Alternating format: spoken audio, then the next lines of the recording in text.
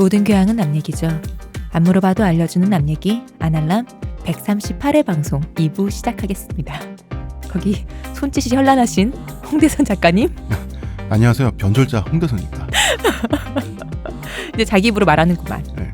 변절의 모란봉이 됐다. 잘했어요. 이근금 대표님. 안녕하십니까. 안녕하세요. 시옷입니다. 저희가 대마시안을 사겠다는 큰 야심을 품고 네. 한 말씀 드렸더니 저에게 엄청나게 많은 분들이 후원을 해주셨습니다. 맞아요. 그래서 그 중엔 또 굉장히 큰 금액도 있으셔가지고 제가 깜짝 놀랐지만 제가 또 놀래다가 순간 섬찟했죠.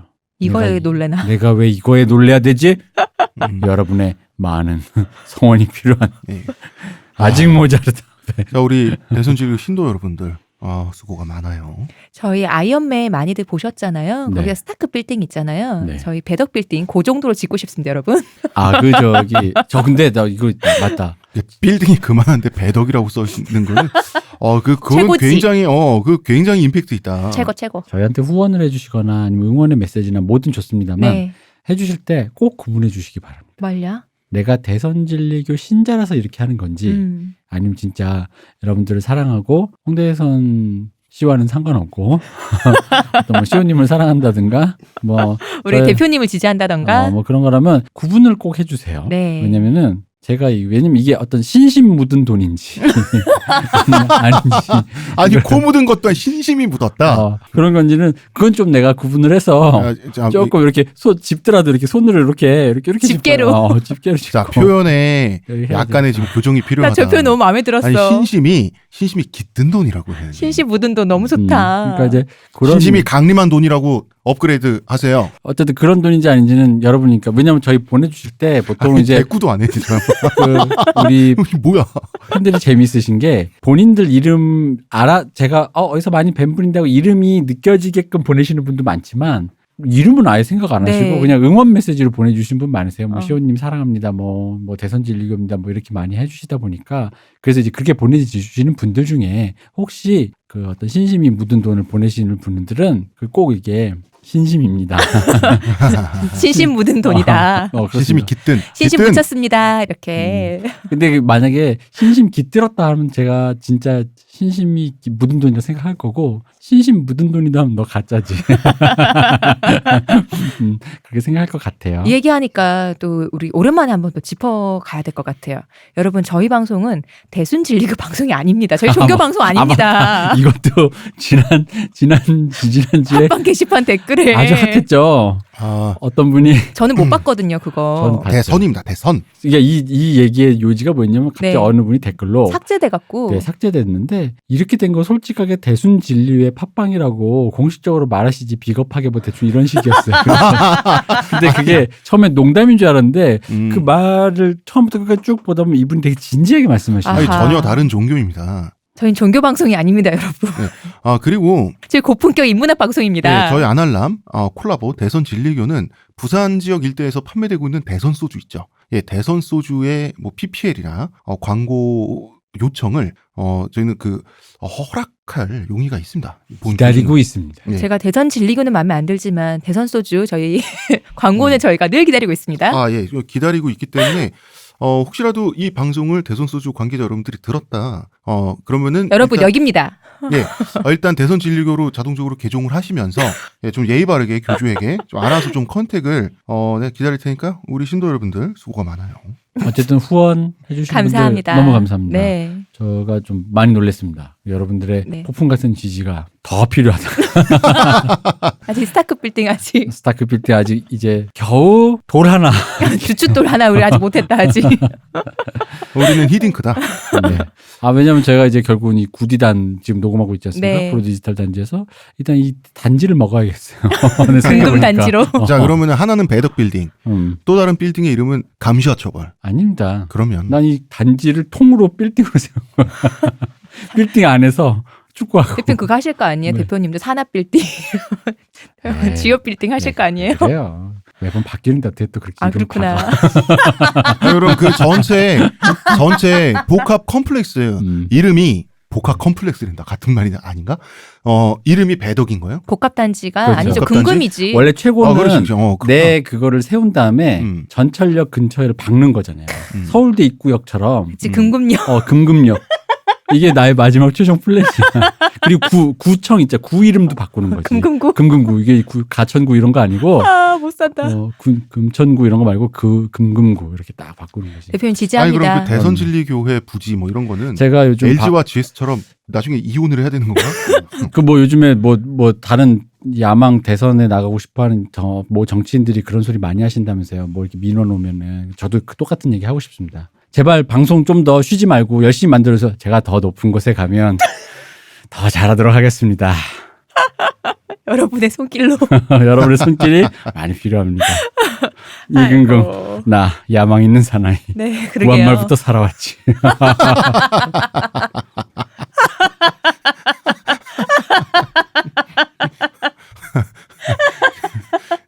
금금 더 노다지리. 구한말부터. 자 이제 광고. 광고 듣고 와요 우리. 지금 티스템 두피 클렌저와 두피 에센스를 검색해보세요. 과학이 당신의 모발에게 주는 선물 티스템입니다. 저희 아날람은 호텔스닷컴과 최대 15%의 제휴를 하고 있습니다. kr.hotels닷com/베스트 쿠폰으로 접속을 하시거나 남얘기닷컴에서 링크를 타고 가셔도 되고요. 대마시안 샵에서 물건을 구입하실 때는 아날람 꼭 클릭해 주시고요. 언젠가 꼭 금금 AKA 대마시안으로 부를 날이 오겠지. 유튜브 채널 구독, 청취, 좋아요, 하트 많이 눌러주시고요. 그리고 여러분 저희가 또 여쭤볼 게 있습니다. 오랜만에.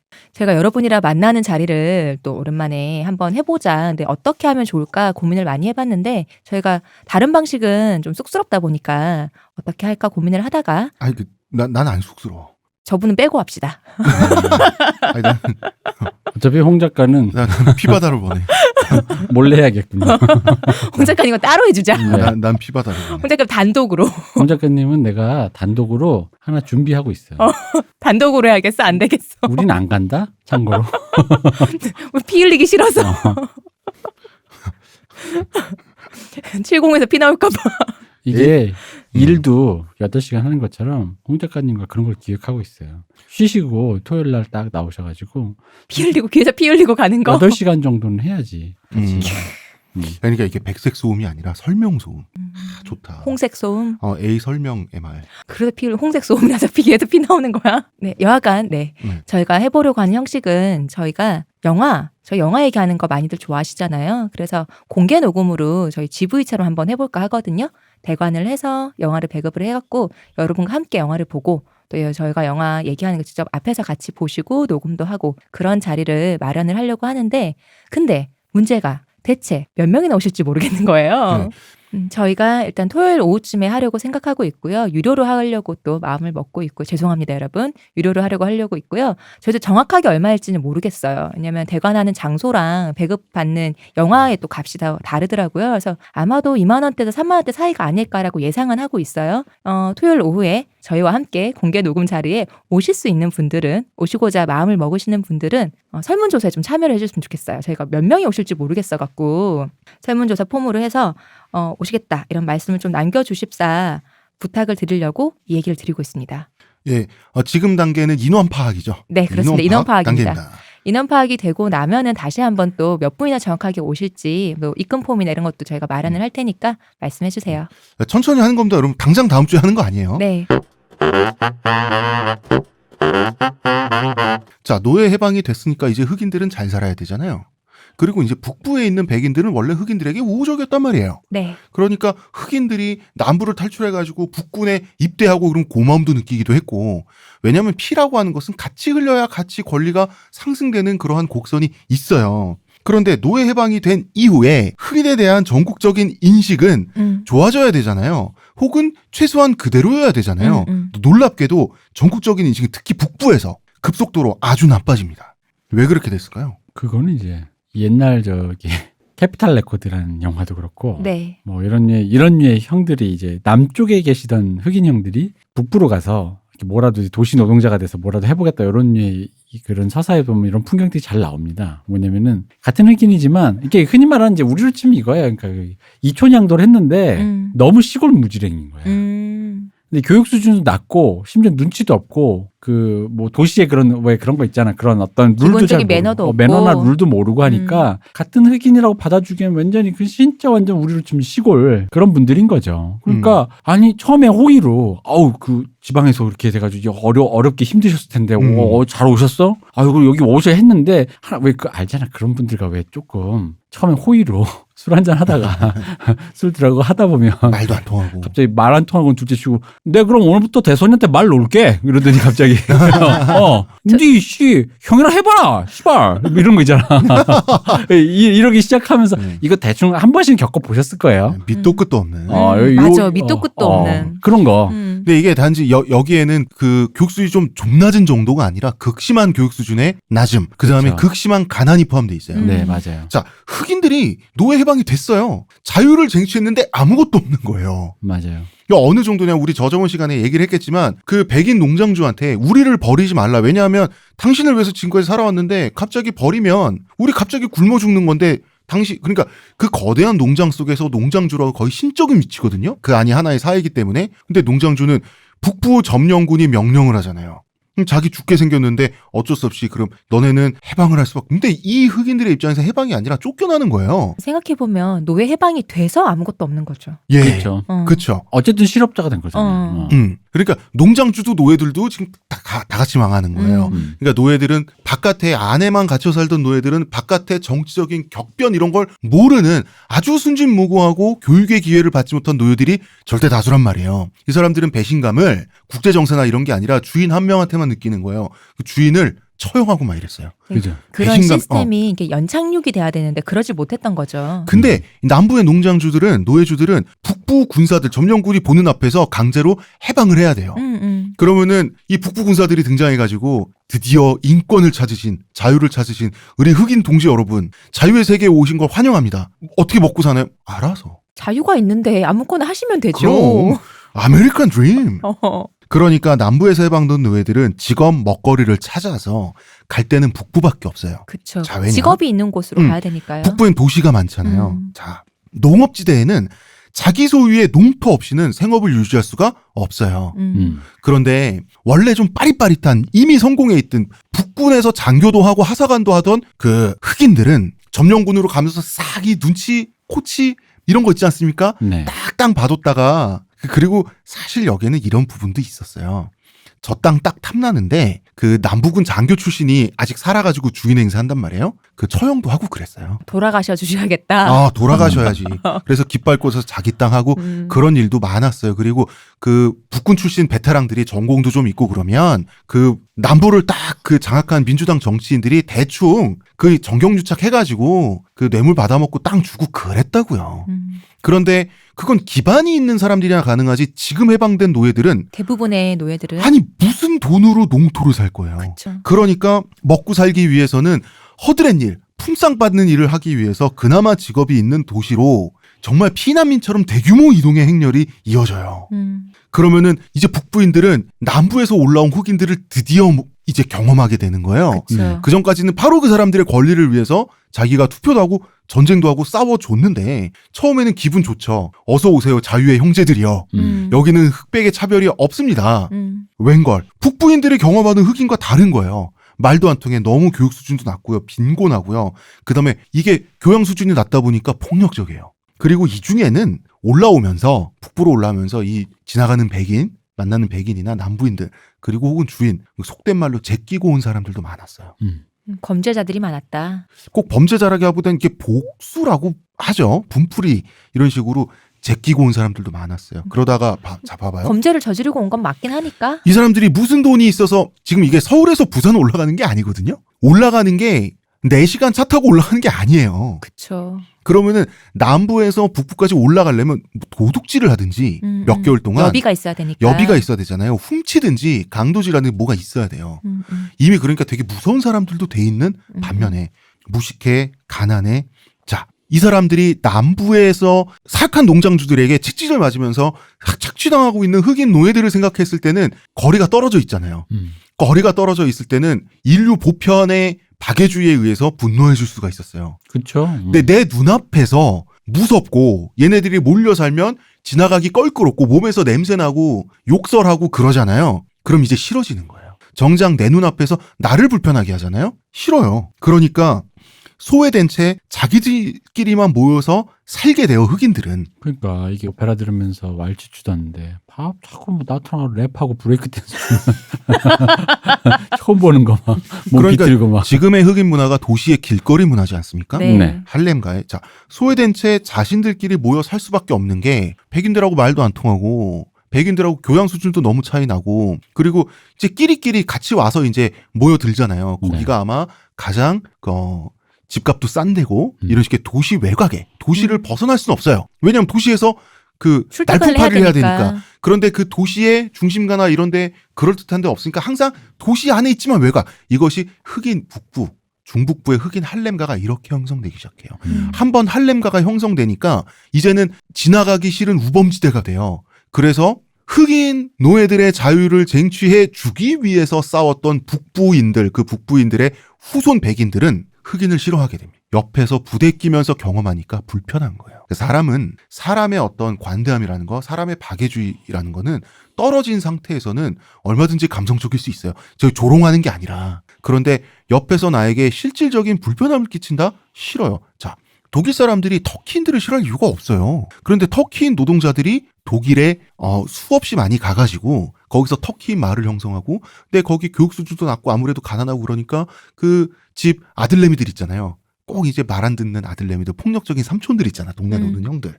이런 애들이 독일 사람들 때리고 강도하고 그러니까 터키 사람들이 싫어한단 말이에요. 낮지니까 때렸지. 오스만 트루크도 그렇게 할 말은 없습니다.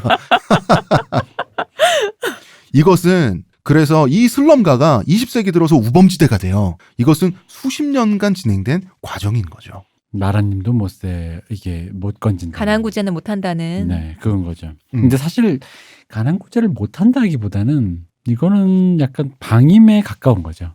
왜냐면은 미국 역사에서 여러 번의 기회가 있었던 걸로 아는데 그런 의미에서 근데 이제 여기 이 부분에 그 흔히 말 복지 정책, 네. 복지 정책 혹은 빈곤 구제라는 게 뭐 물론 나라님이 이걸 완벽하게 구제할 수 있는 그런 부분은 아닌 거지만 기본적으로 여러 번의 단계에서 지금의 미국의 의료보험처럼 네. 그 어떤 그 미국인의 정서상으로 용납하기 힘든 어떤 그런 부분에서 좌초된 게 많았다 그러더라고요. 거기까지는 그건 너무 사회주의 아니냐 공산주의 아니냐 이런 느낌. 자, 이제 흑인 사회는 흑인 사회대로 슬럼가, 할렘가 이런 걸 형성하면서 이제 블랙스트리트들이 생겨나게 되지만 흑인 사회는 흑인 사회 내부에서도 어떤 분열이랄까? 어떤 이런 감정적 결이 생겨요. 즉 흑인 사회의 내부와 외부가 개토화된다라고 볼 수도 있어요. 자, 개토라고 하는 것은 어떤 출입금지, 네. 어떤 통제구역 같은 걸 보통 개토라고 하는데 빈민가를 뜻하기도 네, 하고요. 빈민가를 뜻하기도 하죠. 이 개토화라고 하는 것은 되게 재밌는 거는 이 빈민가 내부에 개토 내부의 사람들이 이 개토화를 강화시켜요. 왜냐하면 피해자 정치의 어떤 순수성을 따져요. 뭐냐? 전후 흑인의 대부분의 사람들은 목화 산업에 투입 내지는 관련된 이제 노예 출신이 많단 말이에요. 성공한 흑인은 극소수란 말이에요. 근데 성공한 흑인은 슬럼가에 살아요, 안 살아요? 안 살죠. 그러니까 좋은 데 살 거 아니에요. 그러면은 백인하고 일하고 백인하고 교류하고 하는데 이러한 흑인들을 보는 슬럼가의 가난한 흑인들은 이런 흑인들을 백인들보다 더 싫어하는 거예요. 왜? 다 엉클톰이에요. 자, 어떤 회사가 됐든 내가 정치인이에요. 그럼 대통령이 되지 않는 한 내가 회사에 다닌다. 그러면은 그 회사의 CEO 회장이 되지 않는 한 내 위에는 상사가 반드시 한 명은 있어요. 백인일 거 아니에요. 그러면은 이거 사람이 악감정을 가지고 바라보잖아요. 그럼 백인 밑에서 구실구실하면서 부역한다. 부역하면서 백인처럼 살려고 야 저렇게 저 엉클톰이다. 명예백인. 그게 엉클톰이 되는 나 거야. 그래서 그 비슷한 얘기 들었어. 그거 알아? 뭐야? 이명박 박근혜 때 공무원 시험 통과한 애들은 10년 놀아야 돼. 재밌지 요거. 좋지. 한숨 난다 진짜. 야 소신의 10수. 10세 그럼 그때 공무원 된 애들은 그거야. 소신의 10수. 네, 차마 말을 못하겠지만 네. 부역자야 부역자. 제야 선비야. 야 세상에. 그러니까 이 개토화라는 건 이런 거예요. 저렇게 저런 행동거지, 저런 걸음걸이, 저런 옷차림, 저런 말투의 흑인들 피해. 나쁜 애들이야. 이런 것도 개토화인데 내부의 개토화는 우리 진정한 흑인은 이러고 다녀야지. 그죠. 저기 백인 동네에 사는 가짜 흑인들, 엉클톰들은 백인 흉내 내면서 양복배 입고 다니고 백인 말씨 쓰는데 저건 진정한 흑인. 즉 개토화는 내부와 외부에서 동시에 진행되게 돼 있어요. 이것이 피해자 정치의 어떤 한 갈래 중에 하나이고요. 인간은 이렇게 되기가 굉장히 자연스럽지 않아요? 자연스럽죠. 아주 그럼요. 자연스럽죠.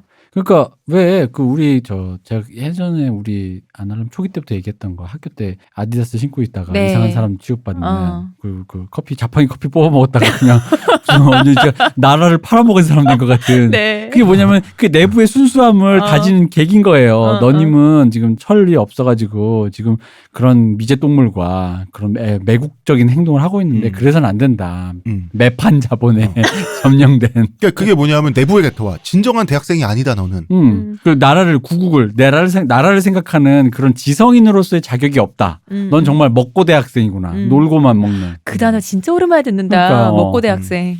그래서 이제 흑인들이 등장하는 많은 영화 네. 여러분 보시면 항상 이런 장면이 많이 나올 거예요. 한번 기억을 반추해 보세요. 어디 딴 동네 가서 정신 차리고 그나마 이 슬럼가에서 좀 이렇게 변호사가 됐든지 좀 이렇게 건실하게 살고 있는 흑인이 고향 사촌 뭐 찾아서 가끔 인사하러 명절에 왔는데 아니 좋은 차에 양복을 빼입고 오지 않았겠어요? 그 말투도 옛날에 요 브라더 하는 거랑 달라요. 그렇죠. 그러면은 뭔가 아래로 훑어보면서 잘 사는구나. 나 거기에 비꼼의 의미가 들어가 있는 그쵸. 거죠.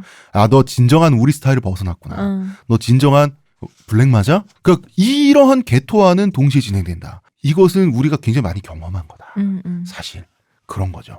해병대도 비슷하죠. 우리나라 해병대도 왠지 더 센 모습을 보여주니까 더 하는지도 막장해야 된다. 내부 결속하는 게. 내부 결속. 그러니까 그런 문화도 있는 거고. 우리가 이렇게 사는 게 무섭고 더러워 보여? 나 우리 안 부끄러워. 그럼 더 행동해 이렇게. 이런 어떤 위약적인 폭력성도 있는 거예요. 사실 랩이나 힙합도 그런 부분 내부의 개토화 부분이 문화적으로 들어가 있는 것도 사실이고요. 근데 생각해보면 근데도 불구하고 또 네. 사람 마음이 난 여전히 여기서 시궁창인데 친구가 같이 진짜 고등학교 네. 때 뒹굴던 뭐 랩하거든 친구가 어떻게 뭐 서울대학 가가지고 그렇게 뭐 잘 돼서 의사가 됐다. 삼성에 들어갔다 해서 내려와서 외제차 하나 딱 끌고 와서 나 요즘에 걔는 근데 선의로 너들 뭐 하냐? 그래가지고 내려왔단 말이야. 뭐 마약 팔고 있고. 근데 내가 뭐 그냥 동네에서 그냥 뭐 나는 요 동네에서 그냥 소소하게 살아 이 정도가 아니라 말 그대로 여전히 마약 팔고 더 와이어에 나오는 것처럼 네. 그래서 기분이 좋을 순 없죠. 묘하죠. 근데 내가 만약에 로펌을 다닌다, 병원에 일한다, 꼭 뭐 의사가 아니라 간호사라도 그러면은 사회의 어떤 정제된 관료주의적인 체계 같은 거 있잖아요. 거기에 복종을 해야지 그 대가로 승진도 되고 월급도 받는 거란 말이에요. 그러니까 정말 이 개토화된 진정한 흑인의 스타일을 버려야 되잖아요. 왜냐면 힙합 바지 끌고 어슬렁거리면서 이요 하면서 직장에 출근할 수는 없단 말이에요. 그런데 그 스타일을 유지하면서도 돈을 벌고 성공하는 낙타 바늘 구멍이 있죠. 스포츠, 예술. 그렇죠. 이게 한국에서도 아니 일본에서도 제일 동포가 네. 이게 원래 그 어떤 하층민이 유일하게 그 나라에서 주류가 되는 길 중에 하나가 그거잖아요.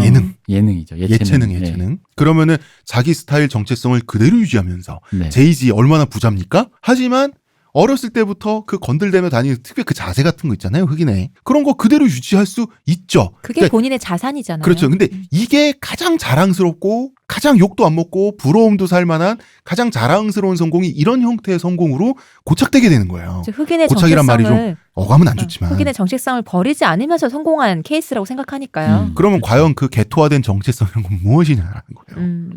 그건 과연 무엇이냐. 자, 60년대, 50년대, 70년대 흑인들이 마틴 루터 킹 보고 와 흑인이다 우리 편이야도 있었지만 한편으로는 막 우리 같진 않아. 이런 것도 있었어요. 마틴 루터 킹의 걸음걸이, 제스처, 말투, 그 중산층이거든요, 전형적인. 마틴 루터 킹 목사님은 할아버지, 아버지가 다 목사 출신이었잖아요. 그리고 부르주아요. 그가 그 대학교에 갔을 때 대학 입학 선물로 자동차를 선물 받을 정도로 잘 사는 집이었단 말이에요. 근데 보통 먹을거리를 지금 걱정하는 하루하루를 걱정하는 사람들이 그를 보면 무슨 생각을 하겠어요. 같은 사람이라고 느끼기 힘들겠죠. 그러니까 이게 비슷한 얘기를 조금 다르면서 비슷한 얘기가 왜 그런 얘기 있었어요. 이제 락 전성시대였던 70년대, 80년대, 90년대 이런 얘기 있었지. 락은 우리가 왜 흔히 말하는 저항해. 저항이라는 건 뭐냐면 저항이라는 건 뭔가 억압받는 사람들을 대변한다라는 기분이 있는 거고 그 네. 억압이라는 건 주로 젊은이들이거나 약자애라는 거지. 근데 내가 알고 있는 락커는 다 저항을 하신다는 분은 백만장자거든. 백만장자 락커를 내가 어떻게 이해해야 되지라는 게 그 당시에 이제 그런 류의 어떤 담론이 있었어요? 왜냐면 이게 인지 부조화가 생기는 건 맞거든요. 어. 내가 이 사람을 저항의 아이콘이고 내가 이 사람 정말 애정해. 그 사람이 저항을 했다 보니 저항의 대가로 백만장자가 됐어. 근데 그럼 나랑 계급이 달라 사실은. 맨날 먹고 자고 보는 눈이 달라. 근데 어. 물론 이거를 단순하게 자본주의 논리로 열심히 하다 보니까 벌어서 거기까지 간 걸 뭐라 그러느냐. 아니 뭐라 그러는 건 아니지. 근데 중요한 건 더 이상 저 사람이 나의 대변인이 될 수 있느냐라는 거지. 저 사람과 나는 다른 사람인데 계급도 다르고 이제는 성별도 다른데 예를 들어 한국에서 전태일 씨가 네. U2 노래를 많이 살아계셨는데 U2 노래를 들었다 전성기 때 공감했을 거예요. 그럼 근데 여전히 미신공장에 계셔서 이제 만약 전태일 씨가 살아계셨다면 이제 한 60이 다 돼서 이제 중장년이 되신 전태일 씨가 지금의 U2를 노벨상 후보에 오르내리는 보노를 볼 때 전용기를 타고 다니는 그런 기분이 들까? 그건 되게 미묘한 거거든. 그러게요. 근데 그의 노래는 위드와 위드아웃을 들으면 그런 기분은 들어. 근데 그러니까 예술과 예술가는 다른 거다라는 게 여기서 나오는 것처럼 그러니까 이 비슷한 얘기인 거예요. 그러면 최후까지 지켜지는 정체성은 하나밖에 없는 거예요. 그 경우에 스타일. 맞아요. 스타일밖에 안 남는 거예요. 그리고 마지막에 제가 늘 얘기하는 돈과 목숨으로 증명되는 진정성밖에 없어요. 아 진짜라니까. 그치. 아니 저기 강원도에 산불 났을 때 요시키 돈 내는 거 봤잖아. 그거 봤잖아. 이미 그걸로 끝난 거야. 그거 말고는 없는 거예요. 그러면은 이제는. 그러니까 이것도 마찬가지인 게 서울 가서 성공한 할렘을 떠나서 어찌됐든 성공한 슈퍼스타 래퍼가 우리 동네에 왔다. 나랑 농구 같이 한번 해볼래 했을 때 뭐 농구야 할 수 있죠. 아니 근데 내가 왠지 이 새끼는 패스를 주기 싫은 이 기분이잖아. 그치. 오히려 패스를 줄 줄 하면서 얼굴을 맞추고 싶은 그런 마음. 괜히 그런 기분이 드는 거는 그러니까 그것조차 자연스럽긴 하다는 거지 내 말은. 항상 성공한 래퍼들은 자기 동네에 같이 건들대던 그 동네 동년배들 있죠. 네. 다 앙투라지 플러스 보디가드. 어깨 겸해서 다 이렇게 들썩들썩 데리고 다니잖아요. 그렇죠. 그게 지금은 스타일로 그냥 퉁쳐지니까 스타일이야 하고 넘어가지만 그 본질적인 거 보면 논두렁 조폭이에요. 본질적인 그렇죠. 어떤 그걸 보면은 그게 그렇게 사실 건전하진 않아요. 근데 이것이 우리 스타일이야. 진정한 흑인의 스타일이 이런 거야. 라고 하는 걸로 그냥 퉁쳐버리면 이게 어떻게 그냥 고착되고 넘어가 버린다고. 이런 것들이 있고요. 자, 다시 조금 더 옛날로 얘기하던 걸로 돌아가 보면 네. 자, 이제 흑인들이 이러고 있을 때 이제 노예주였던 남부 백인 주민들은 심리가 변화되기 시작해요. 그러니까 애초에 노예제를 운영할 때 우리는 악마야 후후 노예의 맨살 등짝에 채찍질하는 게 너무 즐거워. 그 소리 그 촉감 이런 사람도 있겠구나. 근데 그래서 노예제를 대량으로 운영한 건 아니란 말이에요.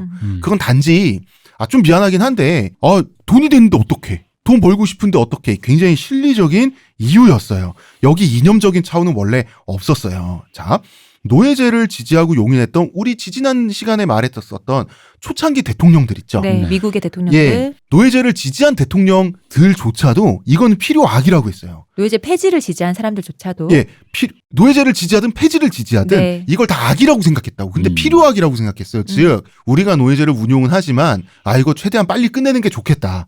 이 경제적인 텀만 지나가면 이거 왜냐하면 이거 도덕적인 부채의식을 이 사람들이 느꼈어요. 그리고 이제 그때가 한계가 온 게 사실 남북전쟁 그 근처부터 그 이후까지 이제 슬슬 그때 그 산업혁명 얘기처럼 이게 더 이상 효율성이 그닥 나지 않는. 그쵸. 나지 않고 사람을 그래서 이게 재밌는 게 그래서 왜 개인적 정비라고 이 군대 용어로 정비라 그러죠. 그 개인적으로 뭔가 하는 걸 아웃소싱화 시켜버린다는 거잖아요. 이게 뭐냐면 옛날에는 밥도 주고 재워도 줘서 노예를 만들었는데 그죠. 자유를 줌으로써 월급 주니까 밥 먹는 거 네 돈으로 사 먹고 숙식은 알아서 해야지. 집도 알아서 해야지. 집도 알아서 구해오고 뭐 출퇴근 시간 2시간 걸리면 그거 네 알아서 할 문제지. 내가 약간 이런 식의 어떻게 보면 비정한 자본주의 논리라고도 할 수 있는데 이런 식으로 그 사람에게 그 모든 걸 전가시켜버리는 다른 의미의 아웃소싱이 발전되는 거잖아요. 네. 그런데 인건비가 그런데 인력이 몰려서 인건비가 낮으면 그 삶의 수준은 그럼요. 굉장히 비참해지는 거예요. 그 누굽니까? 레이. 영화 음악가 레이. 그 영화를 레이 찰스. 그 영화를 보면은 이제 처음에 그 눈이 머는 장면인가요? 어릴 때 그 장면이 나온단 말입니다. 네. 그러면 그게 당시에 당시의 흑인 거주구역의 모습이 이렇게 쭉 펼쳐져 있어요. 굉장히 황량하고 그냥 흙밭 진흙밭에다가 뭐 잔디밭 이런 것도 없고 보도블록도 없고 그냥 나무로 얼기설기 우리나라로 치면 이제 판자촌이란 말이에요. 네. 그러면은 거기서 이 주인공 형제 어머니가 이 애들을 키우기 위해서 하는 일이 백인 거주구역에서 빨래를 받아가지고 빨래 용역을 하지 않습니까? 그러니까 그거는 빨래 키로당 얼마 줄게 주면 끝나는 거예요. 지금. 그죠. 예. 근데 거리가 멀어. 그거 다 사람이 그죠. 손으로 뭐 갖고 가야 되고, 갖고 와가지고 가져다 빨아가지고. 주고. 근데 그 빨래값 얼마나 받았겠어요. 근데 왜 그렇게까지 그 힘든 일을 염가에 했냐? 흑인의 그 허드렛 일 있죠. 흑인의 허드렛 일이 굉장히 가치가 낮았기 때문이에요. 할 사람은 많고. 날품팔이가 당장 먹고 살기 위해서 필요한 흑인들이 그만큼 많기 때문이거든요. 그렇죠. 그 시대까지만 해도. 수요와 공급의 법칙에 의해서. 그렇다고 해서 그분들의 삶까지 책임을 질 필요는 없어졌잖아요. 그쵸. 그러니까 아예 더 편리해진 거예요. 어떤 면에서는. 그렇죠. 왜냐하면 흑인들의 비참한 삶을 눈앞에서 보면서 한 동네에 살면 죄책감이 느껴지고 그럴 법도 하거든요. 근데 이거는 와서 빨래를 가져가고 빨래가 깨끗해진 빨래가 다시 오잖아요. 그 쿠팡 로켓맨 배송 같은 거예요. 50년대, 60년대 아니면 70년대 이 정도의 미국 그 배경으로 하는 미드를 보면은 입주 하녀는 잘 없어요. 거의 다 왔다 갔다 통근하는 하녀들이 많지. 그러면 아까 말씀하신 것처럼 그 집안일 하는 데거 내가 돈은 지불하지만 집이 아무리 멀든 아무 상관없는 거잖아요. 어느 날 늦게 일해서 집에 걸어가야 되든지 뭐 호의로 태워다 줄 수는 있겠지만 그런 경우가 많진 않았을 것이고 상관없는 거죠. 그래서 그 외에 그런 영화들을 보면 정말 말도 안 되게 낙후된 동네, 말도 안 되게 나쁜 집에 들어가잖아요. 그쵸. 자기 애들 있는 집에. 네, 맞아요. 그런 풍경, 그다음에 그 왜 이런 거 있잖아요. 그 주인집 그 식구들이 뭐 7년조 후라이드 치킨 맛있는 걸 이렇게 먹는데 그 식재료 부식 그 음식 남은 거, 음식물 쓰레기 이제 다시 다 걸어 모아 갖고 와가지고 자기 애들한테는 그거 다시 한번 튀겨주는 거 있죠. 옛날에 일본에 가난한 사람들이 왜 귀족들이 먹다 남긴 만두 튀겨 먹어서 야끼 만두 하듯이 이제 그런 부분들 이런 얘기입니다. 자, 이제 노예주였던 남부 주민들의 심리 변화를 다시 얘기를 하면. 그러면은 필요악이라고 생각하고 언제나 실용적인 결정이었고 도덕적 부채의식도 느끼긴 했단 말이에요. 그런데 이제 전쟁에서 패배하고 나서 공화당 연방이 노예제를 적폐로 규정하고 그럼 노예제를 운영했던 우리를 적폐로 규정하잖아요. 그러니까 거꾸로 노예제를 지켜야 될 아름다운 전통으로 생각하기 시작. 사람은 충분히 그럴 수 있다고 왜냐면 봐요. 강제로 뺏기고 지금 강제로 뺏기고 정의 구현을 당한 굉장히 불의한 내가 뭐가 돼 있단 말이에요. 강제로 뭔가 뺏겼는데 니들이 잘못됐대. 전쟁에서도 졌는데 그 상태에서 우리가 뭔가를 뺏겼단 말이에요. 그건 아까운 거예요. 이제부터 인종차별이 말이죠. 그 전까지는 실용적이고 부를 기득권을 유지하는 차원이었다면 이제는 인종차별이 이념화돼요. 우리가 그렇게까지 나쁜 짓을 했을 리가 없잖아요. 그렇게 되는 거예요. 맞아, 내가 맞아. 나의 나의 이웃이 우리가 그럴 수 그 정도는 아닌 거잖아. 그러다 보니 그럼 사람이 합리화를 하게 되잖아요. 합리화를 하게 돼요. 이념화되면 언제나 이념화는 항상 순혈주의로 계속 빠지잖아요. 그러니까 미국 땅의 흑인이 사라져야 한다. 이런 백인 순혈주의로 진화가 돼요. 흑인을 노예로 수입한 사람들이 바로 이쪽 사람들인데. 그러니까 이제 이 백인 농장주들의 몰락한 백인 농장주들의 남부의 후손들은 흑인을 신성한 미국 땅에서 청소해야 된다. 이렇게 이념화되고 그러니까 나치 비슷하게 되는 거죠. 극우 세력이 생겨나게 되는 거죠. 그렇습니다. 아버지가 잘못하셨네라는 얘기. 이러한 배경 속에서 우리가 알고 있는 그 유명한 KKK단이 나오게 돼요. 네. 자, KKK단은 쿠클럭스 클랜이죠. 네. 다들 아시다시피. 근데 이제 쿠클럭스가 이 발음을 막 쓰다 보니까 원래 그 그리스 신화의 키클롭스, 사이클롭스 있죠. 네. 이 사이클롭스 회 약간 요런 뜻인 것 같은데 또 쿠클럭스 클랜이 왜 방아쇠를 총을 당길 때 끼리릭 하는 거에 또 의성어기도 하다 그러더라고요. 그러니까 뭔가 좀 어떤 폭력적인 그런 분위기는 들어가 있는데 원래는 이 테네시주에서 이 아주 그 전원에 풀밭이 펼쳐진 이런 마을에서 평화로운 분위기 속에서 남부군 출신 6명의 퇴역 군인이 음주가무 모임으로 그냥 편한 마음으로 만든 거예요. 그러니까 뭐 레저 모임 같은. 같이 술도 마시고 춤도 추고 옆에서 누가 기타 치고 있으면 누구는 또 벤조 가지고 와가지고 띵까띵까 하고. 벤조지. 남부는 벤조지. 남부 슬라이드 기타죠. 예. 그래서 KKK단이 남부의 이런 분위기를 만든 게 아니라 KKK단도 그냥 친목단체인데 네. 남부의 분위기가 이렇게 인종차별적인 그런 이념적인 순혈적인 그 극우적인 걸로 가니까 KKK단도 여기에 발맞춰서 극우적인 단체가 되는 거예요. 어떻게 되냐면 이 교조화되기 시작하니까 애들이 점점 막 나가는 거예요. 그러니까 이 단체를 정작 결성한 조직의 수장, 이 사람이 이제 남부군 출신 장교란 말이에요. 수장은 야 니네 그러면 안 돼. 너네 정말 이렇게 막 나가고 뭐 흑인들 다 쏴 죽이고 뭐 다 뭐 이런 얘기를 할 거면은 나 그냥 빠질래 이러는데 이 조직원들이 말이죠. 우리는 원래부터 옛날부터 민주당을 지지하는 민주주의자이므로 다수결의 원칙으로 다수결이 당신을 지지한다 이거예요. 너 못 빠져. 못 빠져나가. 이게 민주주의야. 이게 민주당의 가치야. 그래서 강제로 평생 이 KK단 조직의 수장이 부상하게 돼버려요, 이 사람이. 어디서 뭔가 발해가 난 것 같은. 네. 아, 이게 또 감투를 주는 게 참. 그래서 창립자는 강제적으로 종신교주로 강제 추대돼요. 그 평생 탈출을 꿈꿨는데 그런데 또 강제로 이렇게 해놓고 일본 천황 같아. 이 조직원들은 절대적 충성을 평생 바친다. 그건 그나마 다행이네요. 그래서 이게 교주는 조직원들한테 붙잡혀 있지 않을 때는 본인도 죄책감이 느껴지는 거예요. 그래서 딴 뭐 어디 시장통에 가가지고 재래시장 같은 데 가가지고 반인종차별 연설을 또 해요. 그러다가 조직원들한테 다 다시 잡혀와요. 예, 평생 이런 생활을 하다가 우리 교주님이 어디서 예. 헛소리를 한다며? 예. 그래서 두 권을 썼나? 아니 그러니까 헛소리 하는데 교주에게 평생 충성해야 되니까 교주를 패거나 그러진 못해요. 그치. 야 이거는 들고 와야지 그냥. 예. 근데 이제 연방 정부가 가만히 있습니까? 연방 정부 저 폐잔병 놈들 좀 미쳐가지고 이제 집중 단속이 돼서 일단 겉으로는 와해가 돼요. 자, 근데 이게 뭐가 있냐면 겉으로 와해가 되면 이게 오히려 KKK단이 팽창하고 성장하는 자양분이 돼요. 음지로 가다 보니 그러니까 이게 솔직히 말하면 이게 정신병자들이잖아요. 심하죠. 일베 같은 애들이잖아요. 놔두면 그 안에서만 놀아요. 근데 이거를 겉으로 와해를 시켜버리니까 와해가 되면 어떻게 됩니까? 정부의 부당한 탄압을 받은 지사들이 돼요.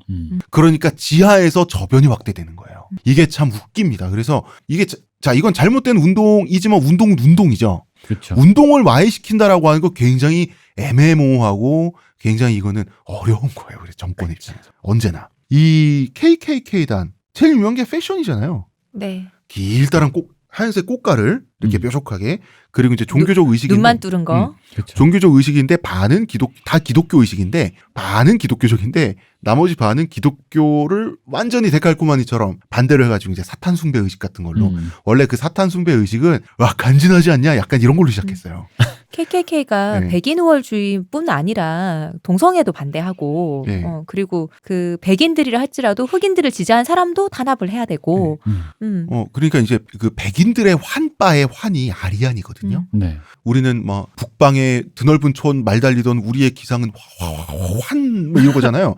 얘네는 이 아름다운 하얀 피부에 이 조상의 조상 이 순혈한 족보를 따지면 아리안 이거예요.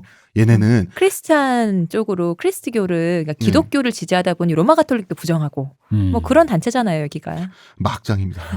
근데 또 예수는 말이죠. 예수님은 또 중동 사람이고 하여튼 몰라. 다 사랑을 했잖아 이것들아. 그래서 친목 모임인 이런 식으로 본격적인 혐오 폭력 집단이 되는데 이 조직은 흑인에 대한 테러를 이제 저지르기 시작해요. 네. 그리고 흑인에게 친화적인 왜 겉으로 낮에 재수없게 혼자 착하는 백인들 있잖아요. 흑인을 그렇게 대하면 못 써. 이런 백인들 그럼 겉에서는 아이 그렇죠 어르신 이러다가 밤에 가서 테러하는 거예요. 밤에 가서 굉장히 잔인했어요. 초창기에. 그러니까 흑인들은 굉장히 조롱하고 인격을 모독하는 방식으로 모욕을 하는 걸 즐겼어요. 어떤 거냐면 이제 그 후드티 형태의 전반적인 후드 형태의 옷을 입지 않습니까? 하얀색을 네. 머리는 꽃가리고 그러면은 이 옷하고 몸통 사이에 가죽 부대 정말 수십 리터짜리 가죽 부대를 넣어요. 넣어놓고 흑인들의 문 집을 두드립니다. 두드리면 흑인이 나오면 자기네들 죽이러 온 사람들이잖아요. 너무 공포해지려. 그쵸. 흑인들은 인구가 적잖아. 그러니까 막 싹싹 빌면서 제발 살려달라고. 그러면 KK단 단어는 너무 목이 마른데 맥주 좀 갖고 오라고. 그럼 술을 갖고 오는데 너무 적다.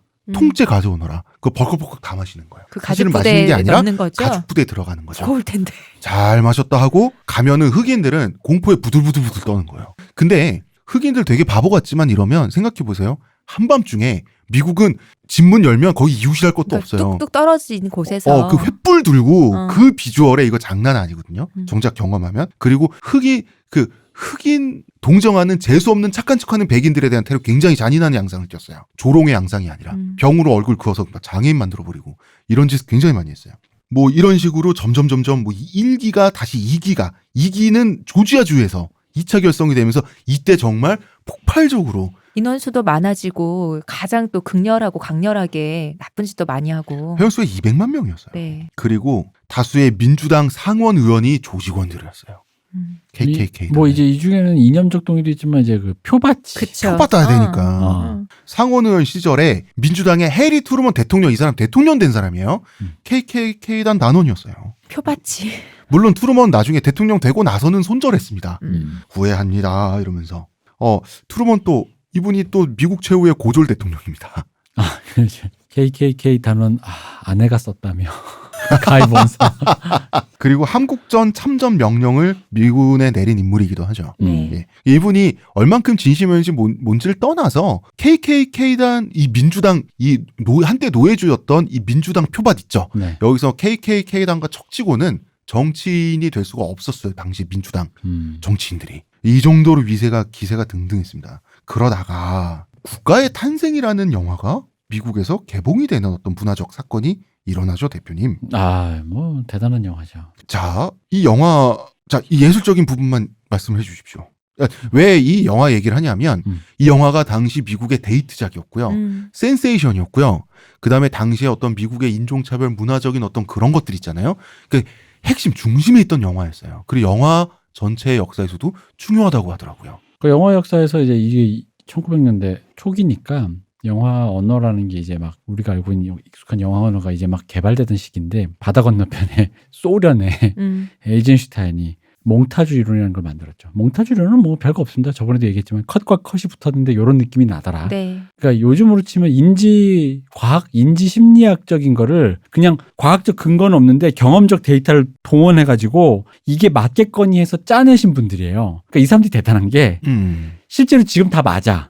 과학적으로 다 인지가 뭐냐면 이런 류 영화 이론들은 인지 심리학적인 이론으로 다 베이스가 마련됐는데 이전에는 이 사람들은 그런 과학적 근거가 없으니까 예술적 직관으로 직관과 경험만으로 있는 거야. 이렇게 해놨더니 사람들이 이렇게 느끼더라라는 거지. 그래서 초창기 영화 감독들은 대단한 직관을 갖고 있는 사람들인 건데 에이젠슈타인이 바로 이 컷과 컷이 붙었을 때 이런 의미가 나온다라는 의미의 거대한 의미의 이걸 몽타주 이론을 만들었다면 그리피스는 여기에 하나 더 교차 편집을 이 작품의 감독이죠. 네. 이 교차 편집을 통한 스펙타클과 박진감. 교차 편집 있지 않습니까? 내가 지금 여기서 금고를 털고 있는데 저쪽 복도 바깥에서 이렇게 들어오는 걸 교차로 보여주는 뭐 이런 거 있잖아요. 이 교차를 보여준다라는 거에서 오는 그 박진감, 그 스펙타클이란 거를 물론 이제 또 그 몽타주의 스케일감 그리고 막 이렇게 박진감 이런 것들을 국가의 탄생을 통해 보여줬어요. 흑인 놈들이 그냥 그렇게 백인 여자들을 그렇게 그냥 겁탈을 하려고 도망가는데 이거를 그냥 또 우리 백인 용사들이 그렇게 그냥 정의 구현해 주거든. 이게 스펙타클해. 그 장르의 고다르가 네. 이 영화의 어마어마한 팬이자 엄청난 존경을 바쳤더라고요. 왜냐면 이 영화를 보면 이 영화가 주고 있는 메시지를 떠나서 이 영화가 주고 있는 그 박진감이라는 게 굉장하거든요. 새로운 기술의 제시? 그쵸. 영화 어법의 제시? 이런 거를 없던 데서 그러니까 이제 고다르가 생각한 건 고다르도 이제 뒤늦은 세대지만 새로운 영화 언어를 개발했던 네. 이렇게 하면 뭔가 이렇게 되겠지라는 그런 영화 메타적으로 영화를 사고하던 사람이다 보니까 없는 무에서 유를 창조하는 이런 예술가들을 보고 경도됐겠지. 내용과는 달리. 근데 대표님 이 내용은 내용도 그렇고 주제도 그렇고 정신 나갔잖아요. 근데 이게 그것도 있어요. 이 그리피스 형이. 그러니까 청취자 여러분들을 위해서 잠깐 설명을 하자면 그러니까 완벽한 인종차별주의 영화예요. 맞아요. 그리고 KKK단 단원들이 영웅으로 나와요. 뭐 실드를 찾을 수가 없어. 아무것도 찾을 수가 없어요. 예, 이거는 그냥 뭐 흑인들은 그냥 뭐 지적 능력이 완전 태아된 원시인 같은 사람들이고 감히 백인들 주인 어르신들한테 막 개기는 흑인들 나쁜 흑인들 백인들에게 계속 충성을 바치면서 하인으로 있는 흑인들 착한 흑인들 이 나쁜 흑인들은 백인 여성들 이쁜 줄은 알아가지고 막 겁탈이를 하러 막 돌아다니고 이거를 나중에 KKK단 단원이 된 백인 주인공들이 테러하고 다니는 게 또 아주 위대하게 새로운 영화 어법으로 또 잘 지켰어요. 그러니까 내용은 정신이 나갔는데 영화는 명작인 묘한 영화가 나왔단 말이죠. 그러니까 이제 그리피스는 사실 나중에 나오는 영화 인톨러런스라든가 다른 영화를 보다 보면 이분이 그렇게까지 KKK 단원이기도 했지만 뭐 이렇게 이념적으로 확고한 그런 사람은 아니에요. 그러니까 굉장히 어떤 잘못된 생각을 갖고 있는데 뭔가 좀 순진하면서 현실 세계에서는 악하거나 그러지 않은 좀 신사 있죠. 약간 요런 사람이었던 것 같아요. 그러니까 그 그냥 이게 원작이 있잖아요. 원작도 있고. 그냥 이 사람은 이거야. 진짜 영화 감독이었던 게 어떤 이게 예를 들어 이 사람 내용을 내가 내계주의적으로는 인톨러런스까지 보다 보면 무슨 생각이냐면 그러니까 이 사람이 그렇다고 해서 뭐 흑인이 좋아요 이런 사람은 아닌데 이런 느낌인 거지. 무슨 내용인지 잘 모르겠지만 어쨌든 이게 지금 흑인이 나쁜 놈이 등장했는데 이거 어쨌든 응징을 해야 되는 거 아니야. 그럼 이걸 되게 어쨌든 어떤 스펙타클을 찍으라는 거죠. 알았어, 오케이. 내가 그럼 일단 진짜 얘를 나쁜 놈으로 만들어 버리고 진짜 멋있게 그려볼게. 약간 이런 쪽에 그러니까 그 영화만 생각하던 그쵸. 되게 나이브한 사람이 영화밖에 모르던 바보. 근데 이 그리피스가 어릴 때부터 유머처럼 자기를 거의 길러주다시피 한 굉장히 오랫동안 가족 같은 연을 맺었던 그 집안에서 일해주시는 그 보모? 이모님, 그래 보모 하녀가 있었어요. 이 하녀가 흑인 아주머니였어요. 그 둘이 굉장히 친한 사이였고 사실 별로 격의도 없었대요. 내가 어릴 때부터 자식처럼 키우다시피 한 도련님인 거예요. 근데 도련님이 이런 영화를 찍었어. 그리피스가 영화를 찍고 본인도 만족스러워서 아유 우리 아줌마 그 내 영화 좀 꼭 보고 칭찬해달라고. 그러니까 이 흑인 하녀는 영화를 보고 너무 기분이 나빠서 어떻게 이런 영화를 나한테 추천해서 이런 걸 만들어가지고 나한테 보라고 할 수가 있냐고 손절이다 이 새끼야. 엄청나게 화를 낸 거예요. 그런데 그리피스는 이 아줌마가 자기한테 왜 화를 냈는지 이해를 못했대요. 왜냐면은 이제 진짜 영화만 하는 바보다. 그리피스의 나이브한 세계관으로는 아마 거기에 그려졌던 그 흑인 무레배들은 네. 왜냐면 이렇게 생각했을 아줌마 거라는 같은 거지. 분들 아니잖아요. 그러니까 그치 맞아 이렇게 얘기할 수 있죠. 아니 그렇다고 이게 이런 사람이 없는 건 아니잖아. 그리고 다르잖아요.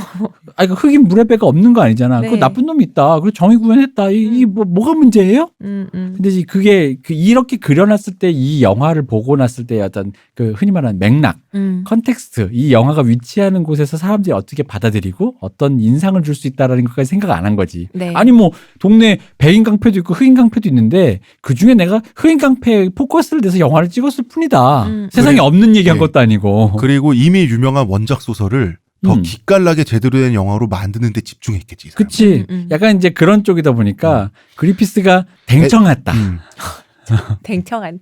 근데 애초에 원작 소설가 자체가 KKK단이었단 말이에요. 아니 그러니까 KKK가 거기서 정의를 구현한 사람은 나왔겠지 사도로. 근데 KKK단이 어둠 속을 뚫고 횃불을 들고 그 영웅처럼 등장하는 이런 구도 네. 이런 거 기가 막히잖아요. 그러니까 영화 근데- 기법상으로는 기가 막히다 영화가. 근데 이때 당시 대통령 우드로 윌슨이 이 영화를 보고 또 극찬을 했어요. 당연히 이 사람은 민주당일까요? 공화당일까요? 뭐 뻔하죠 뭐. 민주당이죠. 이 우드로 윌슨은 인종차별주의자였으면서도 우리나라 역사, 한국사 배우다 보면 항상 민족자결주의 나옵니다. 네. 네. 민족자결주의, 우리나라 독립운동사 큰 영향 끼쳤고 3.1운동에도 민족자결주의 나옵니다. 요 민족자결주의라는 아이디어를 최초로 내놓은 사람이 우드로 윌슨 대통령이에요. 그런데 이 사람은 동양인의 민족자결엔 관심이 없던 사람이기도 했죠. 사실 민족자결주의가 이제 그렇게 말하니까 되게 기깔나는 것처럼 들리지만 사실은 민족자결주의는 이거예요. 그냥 조금 더 시니컬하게 보자면 왜 그 우리 지금 남부가 망해가지고 네. 남부에 있는 노예주가 야 나도 먹고 살아야 되니까 니들 오늘부터 해방이니까 니들도 다 알아서 먹고 살아야 돼 주인한테 화냈대잖아. 그런 의미의 니들 해방이다라는 의미의 민족자결주의를 얘기한 거예요. 네. 너네가 알아서 먹고 살아야지. 니네끼리 먹고 살아 알아서. 야 우리가 여태까지 니네 식민지로 잡았는데 이제 서로 이제 우리 조약 맺고 다 이제 우리도 이제 집에 가기로 했어. 먹고 살아. 그럼 뭐 해겠어? 니도 자결.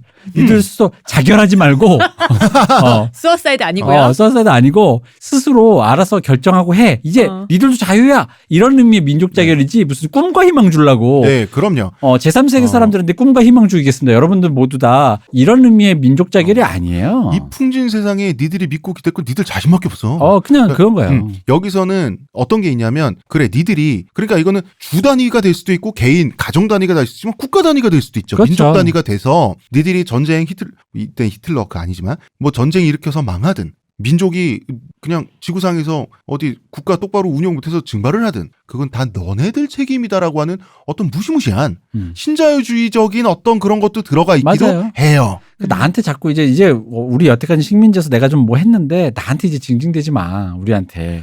이런 얘기예요. 근데 민족 자결이라고 하는 그 애초에 그 언어의 개념과 어감이 당시에 우리나라 독립운동가들에게는 굉장히 꽂히긴 했어요. 자결. 민족 할복. 자결이 아니라 우리 민족의 운명은 우리가 스스로 정해야지. 결정해야 이게 한다는 민족 것. 자결이니까 어쨌든 민족 자진. 뭐 사실 사실 동양인의 민족 자결에는 관심이 없었지만 민족 자진, 민족 자폭 뭐 많습니다. 민족 자결하니까 약간 괴는 다르지만 네. 이걸 거의 순수하게 지켜낸 것 같긴 해. 미시마 유키오의 최후가. 아, 천황으로 가자! 이건 정말 아니겠는가? 내가 죽어줘. 할복. 할복으로. 라는 생각이 갑자기 굉장히 유미적이군요. 민족 자결주의 맞네. 네. 미시마 유키오. 아니요, 그렇게. 오랜만에 등장하셨네요. 근데 이분이 문학가로서 천재 문학가잖아요. 아, 글은 뭐, 우리 신경수 선생님도 무의식으로 베낄 정도로 그렇게 예. 좋은데. 글이 확실히 너무 좋죠. 그러니까 직업인의 직업 기술과 이 사람이 중2병인가 아닌가는 별개 일인 것 같아. 이 직업 사람 기술과 보면. 인품은 다 다른 겁니다. 난 인성도. 그렇게 섹시하고도 우아한 말을 진짜 기쁨을 아는 몸이라니. 어쩜 그렇게 섹시하고도 우아해. 기쁨을 아는 몸이 되었다. 그러니까 정말 이 한 문장으로 많은 것이 정리가 되죠. 네. 뭔가 언피시 하려고 이렇게 살짝 건드리거든? 근데 못 가겠어. 정확하게 목덜미가 안 잡혀. 자, 어찌됐든. 연방 주둔군이 물러날 때는 주둔군을 뺀 거예요. 북부공화당이. 네. 미국에서. 이제 뺄 때가 됐다. 한 거죠. 연방이 뺀 거죠, 연방이. 어. 연방이 뺄 때는, 이제 꾹꾹 눌렀겠지. 저것들이 이제 뭐 민주당 뭐, 이렇게 됐는데. 그리고 이제 그거를 뺄 수밖에 없는 게 애초에 그럼. 그 나라의 이념과 그렇죠. 배치되는 거예요. 배치되는 이제. 거잖아요. 이제 명분이 없어. 이제 가야지. 이제 정됐으면. 어. 연방 주둔군이 물러나니까 남부는 공화당은 깜짝 놀래요. 민주당이 다 당선돼 버린 거예요. 우리가 어제 일부에서 이야기했던 바로 그 악감정 이런 것들 그리고 흑인의 힘을 억누르려는 반동이 일어나게 돼요. 자, 뭐냐? 흑인들은 인구가 아직도 만만치가 않아요. 아무리 북부에 먹고 살만한 곳을 하기 위해서 가도. 왜냐하면 우리는 지금까지 뭐 우드로 윌슨 얘기, KK에 대한 얘기, 이 얘기 했지만 그 전후로 약간 되돌아가서 하는 얘기거든요. 전후 복구 기간은 남북전쟁 10년 정도예요. 그 직후 얘기를 지금 하는 거예요. 그러니까 흑인들이 아직 많아요. 인구가. 그러면 이 흑인들이 정신 차려가지고 흑인들을 위한 우리 백인들의 기득권을 빼앗는 투표를 흑인들은 할 거 아닙니까 당연히? 그죠. 투표권이 생겼으니까 그러면은 투표를 못하게 해야지. 자 투표를 일단 하지 못하게 유도를 해야 돼요. 강제는 못해 법적으로. 그쵸. 왜냐하면 연방군이 서슬퍼렇게 지켜보고 있으니까. 그리고 두 번째 투표권을 쟁취할 만큼의 지적 경제적 능력을 키우지 못하도록 그 상황을 유도하고 싶어하는 계속해서 사회적 약자로 남겨야 되는 거예요. 흑인들은. 정치 같은 데 관심 못 가지게. 네. 먹고 사는 데만 바쁘게. 인터넷 끊고 투표일 날 일시키고. 그쵸. 비슷한 거예요. 그리고 투표율도 안 가르쳐 준다든지. 자, 먼저 투표권 박탈. 자, 원칙적으로 박탈하면 연방군이 내려와서 다 잡아가요. 네. 그런데 이 민주당 상처받은 기득권 아재들 우리가 그렇게 사악한 인류의 적폐였단 말이야. 이 사람들 자 실질적으로만 투표권을 박탈하면 돼요. 그럼 뭐냐 하면 문맹 검사를 한 거래요. 자 문맹 흑인들을 대상으로. 자기 이름을 쓸 줄 알아야지 투표하지. 이게 핑계예요. 그리고 흑인들을 대상으로는 투표하기 전에 문맹 검사를 한답시고 헌법 해석 다음 헌법 조항을 해석해 보시오. 그 다음에 흑인들 중에 이를 악물고 헌법 조항을 외워갖고 나타난 흑인들이 생긴 거예요. 라틴어 능력이죠. 이거 너무하지 않습니까? 지들도 못 읽을 거면서. 그리고 이제 이런 백인들 있잖아요. 백인들은 A부터 Z까지 써보세요. 알파벳을. 이런 걸 하는 거예요. 그러니까 흑인들은 투표장에 자기 투표하고 싶어도 안 시켜주는 거예요. 관문이 너무 높으니까 예. 갈 수가 없는 거죠. 자, 그럼 이렇게 백인 우월주의자들이 일단 재빨리 법을 먼저 장악을 해서 흑인들이 영향력을 유권자로서 행사할 수 있는 기회를 원천 차단을 남부주들에서 이런 일들이 그 광활한 지역에서 동시에 일어나요. 법을 그렇게 새로 만들면 되니까요. 그렇죠. 자, 그러면 흑인은 실질적으로 투표를 할 수가 없어요. 네. 그리고 어떤 짓까지 했냐면 어떤 머리 좋은 흑인들은 라틴어까지 배워간 사람들이 있었나 봐요. 있겠죠. 예, 그러니까 아예 그 투표권, 그 투표용지를 발급받는데 세금 영수증이랑 맞바꿔야 돼요. 고액의 세금 영수증. 아니, 지금 해방된 지 노예에서 얼마 되지도 않았는데 무슨 재산과 뭐 경력이 있어가지고 고액의 세금 영수증이 생깁니까? 이러다 보니까 각 지역에서 흑인의 투표율은 0%에 가까워지는 거예요. 사실상 제로. 많은 남부 지역에서. 거의 모든 남부 지역에서. 모든이라고 불러도 무방할 것 같아요. 그리고 주마다 흑백 차별법을 발의해요. 네. 이제 굳혀야죠. 입법을 해버려. 지금 이 주들에는 흑인 차별이란 게 지금 인원화돼 있어요, 이미. 흑인 차별해야 돼요. 이게 정인 줄 알아요, 지금. 그 백인들이 먼저 싹 그냥 뭡니까? 그 입법 기관을 다 장악해 놓고 주마다. 네. 입법을 시켜버리는 거예요. 그리고 이 차별법이 너무 심하니까 음. 뭐 흑인들은 백인들이랑 같은 도로 걷지 마라, 뭐 교육의 기회도 박탈하고 막 임금은 어디로 뭐 이렇게 해버리고 얼마까지 뭐 얼마까지만 이런 식으로. 받을 수 있게 해버리니까 그러면 흑인들은 데모할 수 있죠? 머릿수 많잖아요. 곡괭이 들고 쟁기 들고 우리말로는 죽창이라고 하죠. 스트라이크 실력 행사할 수 있죠? 이거를 KKK단이 테러하는 겁니다. 그러면 그 KKK단을 현지 경찰 보안관이 보호해주는 구조로 돼 있는 거예요. 이렇게 돼버리면 남부에 있는 흑인들은 그냥 샌드백이에요. 그냥 죽임당한. 이거는 구원을 요청할 데가 없는 거예요. 이거 어떤 상황이냐면 그 빌리 할러데이의 그 스트레인지 프루트라는 열매, 그 이상한 열매라는 노래가 있잖아요. 우리 예전에 한번 그 말씀드렸었죠. 유명한 노래잖아요. 네, 빌리 할리데이 편 할 때 우리 요거 한번 그 전체를 읽어드렸었잖아요. 그죠. 이게 뭐냐면 남부에서는 이상한 열매가 열린다. 열린다네. 그게 뭐냐면 그 사람이 목 매달려가지고 나무에 주렁주렁 열려. 그러니까 백인들이 매달리는 흑인들을 나무에 매달고 린치를 가했던 사건이 있었잖아요. 그거에 대해서 초등학교 교사였나요? 그분이 시를 쓴 거에 대해서 곡을 붙여서 빌리 할리데이가 불렀었잖아요. 그게 이상한 열매죠. 그리고 우리가 도시의 승리라는 그 책 얘기를 아마도 고 물뚝심송님과 얘기를 하면서 대면 접촉이라는 얘기를 했어요. 네. 자, 대면 접촉이 안 되면 이 상향 평준화가 안 되죠. 그러니까 흑백 분리. 간단히 말해서 학교, 병원 이런 공공시설 있죠. 주거지는 물론이고요. 공공장소, 그러니까 대중교통을 같이 이용하더라도 흑인과 백인이 한 공간에 있지 못하고 반드시 차별을 둬서 거리를 두게 하는 거 있죠. 자, 이러면 대면 접촉이 이루어지지 않으면서 흑인들은 계속해서 교양 수준, 그 직업 능력의 수준 이런 것들이 계속해서 열등한 상태로 강제로 머무르게 하는 거예요. 이게 흑백 차별법입니다. 신분 상승의 기회를 지속적으로 박탈하는 거예요. 굉장히 집요하고도 잔인한 방식, 막무가내의 방식으로 이러한 남부주들에서의 흑백 차별이 이렇게 일어나게 됩니다. 굉장히 심각한 수준이었고 이거는 뭐 진보 운동 뭐라고 합니까? 역사 철학의 입장에서 딱 두 글자로 설명이 돼. 반동이라고 하죠. 그래서 우리가 흑인 민권운동의 역사를 보게 되면은 항상 짐크로법이라는 이름이 나와요. 네. 법안의 이름이 나오는데 짐크로법이라고 하는 구체적으로 정해진 법안이란 건 없습니다. 하지만 이게 통칭해서 부르는 예, 용어죠. 왜냐하면 각 주별로 그 주별로 독자적으로 미시지프는 이렇게 했네. 우리 사우스캐롤라이주는 신박하게 흑인을 괴롭혀봐야지 하면서 각자 따로따로 주를 그 법을 만들잖아요. 각 주마다 흑백 차별하는 법들이 좀 달랐으니까요. 예, 그 중에서도 각 주마다 모든 주에 공통적으로 있다시피한 흑백 분리법을 통칭하는 단어가 짐크로법이에요. 이게 보통 1876년부터 한 1965년까지 시행됐던 각 주들이 갖고 있었던 그 법을 말하는 게 짐크로법이죠. 예.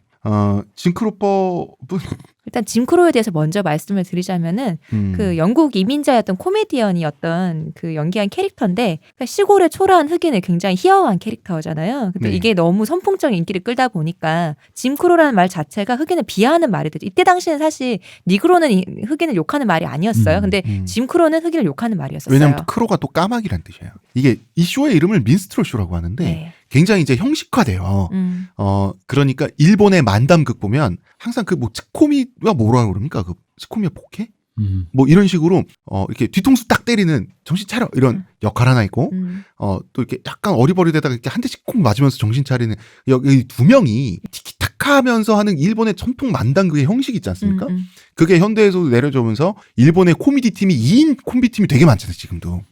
근데 이 민스트럴 쇼라고 하는 것도 이게 시골주와 서울주예요. 그쵸. 이게 뭐냐면 짐크로는 아무것도 모르는 그 순박하고 멍청한 조롱의 대상이 되는 시골 흑인이에요. 시골 흑인이 대충 이제 상경을 하면 거기에 그 백인들을 흉내내고 아주 그냥 그 뭐랄까 아주 그 제비처럼 막 구는 좀 약삭빠른 그리고 본인이 되게 잘난 줄 아는 깍쟁이처럼 구는 그러니까 도시 흑인이 있어요. 그래서 이 도시 흑인이 시골 흑인 짐크로를 놀리기도 하고 그러면서 서로 티키타카라는 흑인을 조롱하는 극입니다. 이 민스트럴 쇼는 흑인의 입장에선 사실 굉장히 괘씸한 쇼죠. 시커먼스 같은 거야, 시커먼스. 우리나라 옛날에 시커먼스. 오늘도 시커먼스 망했다. 나도 기억나는 이유가 내 옛날에 그거를 좋아했어요. 재밌다고 봤죠 당연히 그때는. 잘못된 줄을 모르니까. 근데 그러니까 우리 전에도 얘기했지만 그 당시에 그게 잘못했다라고 지금 기준으로 말하기에는 그건 그럼요. 조심스럽다는 거지. 그리고 이거는 이제 백인 연극 배우가 흑인 분장을 하고 이걸 했죠. 원래는 또 점프 짐크로라고 이런 유행가가 있었는데 이 유행가도 흑인 놀리는 유행가인데 점프 짐크로 뛰어봐라 검둥아 정도 의미거든요. 얼마나 나쁩니까? 근데 당시 사람들이 지금 우리가 이 짐크로 민스트럴 쇼 하면서 느끼는 어떤 이 불편함 있죠. 네. 이 불편함에 해당할 만큼 나쁘진 않았어요. 이 극을 소비한 사람들 한 사람들. 우리가 예전에 그 시커먼스를 소비했던 그럼요. 것과 같이 예, 같은 그거는 맥락이죠. 인정해줘야 돼요. 어. 그게 공정해요. 물론 이건 나빴던 과거고 나빴어요. 그러나 그 사람들의 도덕성에 대해서는 우리가 좀 더 조심스럽게 접근해야 되는 거 맞아요. 당시엔 아직까지 지금만큼 예민하지 않았다 정도로 생각을 해야지. 그랬으니까 미개했다고 생각하면 안 되죠. 뭐 그런 거예요. 그래서 항상 시골주의 캐릭터는 짐크로, 도시주의 캐릭터는 집군 해가지고 이런 거였는데 이게 흑인의 조롱의 우리 짐크로법이라고 백인들이 쓰게 되면서 통칭하는 법안의 별명이 됩니다. 이 법들이 그냥 옛날 남부 연맹에 있는 그냥 모두 아까 말씀하신 그런 공공기관 이런 데서 합법적으로 인종 간의 분리를 허용하는 거였잖아요. 근데 이게 흑인들은 분리되어 있지만 평등하다는 그런 사회적 지위를 갖게 한다고 하는데 이게 말이 이상하잖아. 분리된 어떻게 평등하느냐? 분리해서 너네끼리 평등하게 한다는 거죠. 자, 분리하되 평등하게 요 얘기를 좀 해보죠. 이게 처음에 말이죠. 미국이 원래 남부연합, 북부연합 분리돼서 미국이란 나라가 처음에 출범할 뻔하다가 이 연방파와 이 주권파들이 네.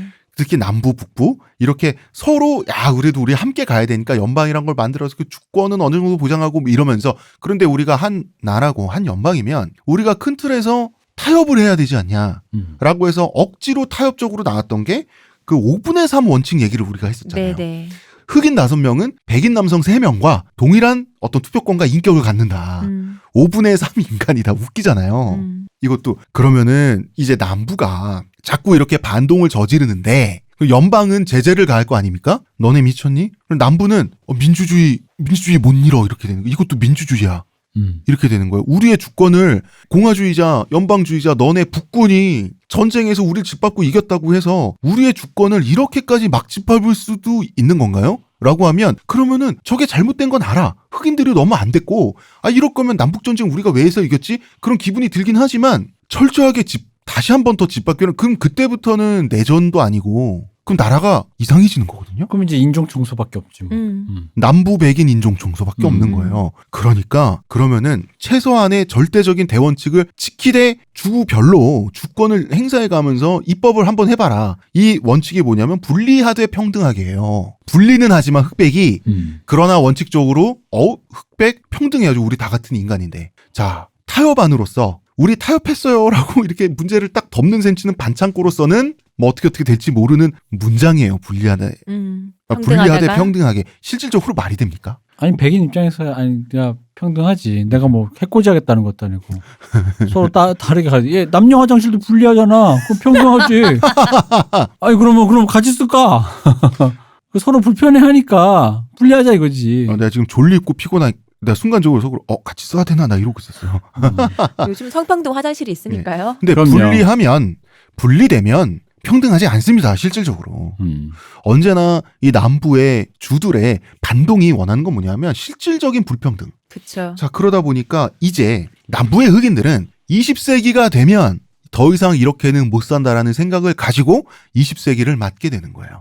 이제 불만이 쌓일 대로 쌓이게 될 수밖에 없어요. 너무 많이 흑인들도 이젠 또 당하게 됩니다. 그래서 그 남부의 패배자들을 북군이 정신교육 훈육하면서 정신 차려 이 적폐들아 하면서 쌓인 원이 피해자 약자를 찾아서 이제 흑인들한테 가게 됩니다. 당연히 가는 수순이긴 했지만 그렇죠. 그래서 이 흑인들은 또 다시 이제 정말 이제는 우리가 스스로 일어나서 자유를 쟁취하지 안 되겠구나라고 하는 흑인 민권 운동이 벌어지는 직전 단계까지 이제 이번 주에 온 거예요. 이번 주는 이제 흑인과 백인 모두가 지금 우리 처음에 남북전쟁과 할 때와 그 직후랑은 좀 생각과 양상이 많이 달라졌잖아요. 그것에 대해서 좀 얘기를 한 거죠. 그 흑인이 오늘 얘기 이전까지 얘기는 그냥 백인들은 흑인한테 화나는 게 아니라 흑인은 인간이 아니니까 뭐 화를 왜 내? 이런 거였고 오늘 19세기 이 근처까지 왔다는 건 현대입니다 이제. 백인도 화가 나고 흑인도 화가 나고 서로 화가 나는 거죠. 서로 피해자고. 서로 피해자고 서로의 재산을 갈취하는 것만 갖고 무능력한 사람 같고 서로가 나의 세금과 나의 재산과 나의 기회를 갈취하려는 무임승차자 같고 그렇게 보는 거죠. 각자 이제 서로 각자의 방식으로 각자의 생각과 이념을 쌓게 된 거죠. 그죠. 그리고 이제 공화당의 문을 흑인들이 공화당 어딨나요? 외쳤을 때 네. 남부에서 고통받던 흑인들이 그거 공화당은 할 뻔했어. 네. 예전에 이영애님이 하셨던 거 할 뻔했어. 저 여기 있어요 할 뻔했어. 정말 그거예요. 저 여기 있어요. 이거예요 진짜. 그럼 공화당의 태도는 거기 계세요. 자유 들었잖아. 이거였단 말이에요. 할 만큼 한 거 아닌가요? 공화당은 이 흑인들이 정작 현대적 시민 의식을 가지고 고통받고 자유를 쟁취하려고 할 때 이때 공화당은 사실상 방치 상태였던 틈을 노려서 이 다음 주가 되면 무슨 얘기가 민주당이 그 틈을 치고 와서 흑인이 지지하는 정당, 진보 정당, 보수 정당 거꾸로 뒤집혀져 버립니다. 지금 우리가 생각하는 네. 그 구도로 가는 거. 지금 우리가 알고 있는 정치 구도, 네. 보수 진보, 공화 민주의 구도가 역전이 돼 버리는 그런 현상이 이제 다음 주에 일어나게 됩니다. 일어나게 된 배경을 이제 오늘 좀 얘기를 했죠. 네. 자, 일단 여기까지 해야 될 것 같아요. 그러게 오늘은. 말이에요. 예. 결국 우리가 좀 거시적인 이야기를 나눠보고자 이 긴 얘기를 여기까지 끌어왔고 중간에 스피노프까지 해서 저는 변절자도 한번 내봤고요. 대박구가 아니라 그러니까 된 거지 무슨 그 대박. 앞으로 다시 그럼 변절 턴백은 안 되는 건가요? 그거 알아서 하세요. 알아서 하는 거예요? 아 그러고 보니 그러네. 그러면 이제 그 변절자가 아니라 철새란 이름으로. 아 근데요. 철새. 글쎄 긴 얘기 하지 말고 끝냅시다. 끝냅시다. 자, 의문의 근원 시호님 우리 스튜디오 감사합니다. 비워드립니다. 감사합니다. 문화평론가 이동규 대표. 감사합니다. 감사합니다. 저는 교주 겸 변절자 겸 작가 홍대선입니다. 감사합니다.